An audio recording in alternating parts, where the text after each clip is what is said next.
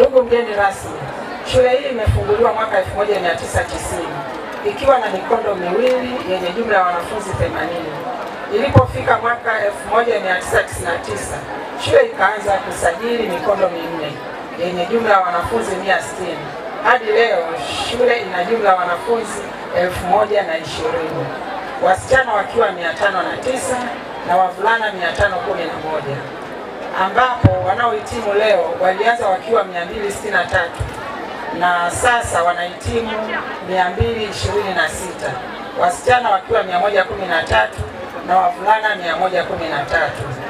Idadi hii imepungua kwa sababu kunakuwa na wingi wa wanafunzi wanaohama, lakini hakuna kesi za mimba wala. Shule ya sekondari Uhuru imefanikiwa kupeleka wanafunzi wengi kidato cha 5, zaidi ya 75%, na hata wanafunzi waliofanya vizuri zaidi ya kuwa na ufaulu mzuri, hasa waliofaulu kwa daraja la kwanza pointi 7 huwa wanatoka Uhuru pia. Pamoja na mafanikio tajwa hapo juu, ifuatayo ni changamoto kubwa inayotukwamisha katika kutekeleza majukumu ya kitaaluma kutokana na mashine ya fotokopia yenye kumudu wingi wa wanafunzi tulizonazo sasa kuwa zimechakaa sana. Hivyo tunakuomba utusaidie kupata mashine ya fotokopia ambayo itaendana na idadi ya wanafunzi tulionao kwa sasa, kutufanya kutekeleza majukumu ya kitaaluma kwa ufanisi zaidi.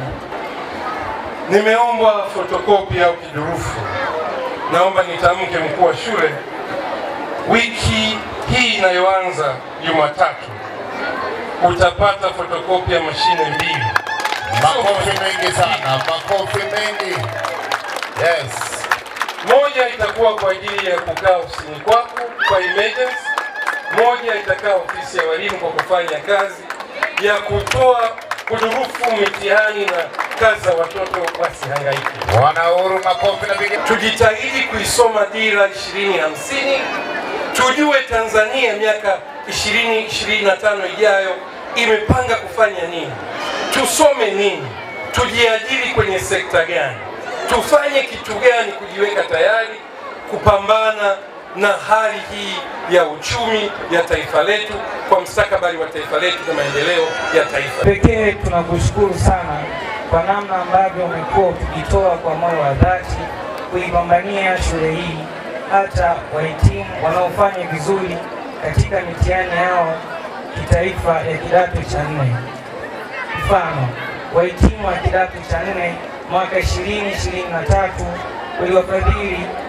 walifaulu kwa daraja la kwanza la alama 7, uliweza kuwafadhili kwa masomo yao ya kidato cha 5 na 6 kwa kuwalipia mahitaji yote yaliyogharimu takriban milioni 3 kwa kidato cha 5 tu.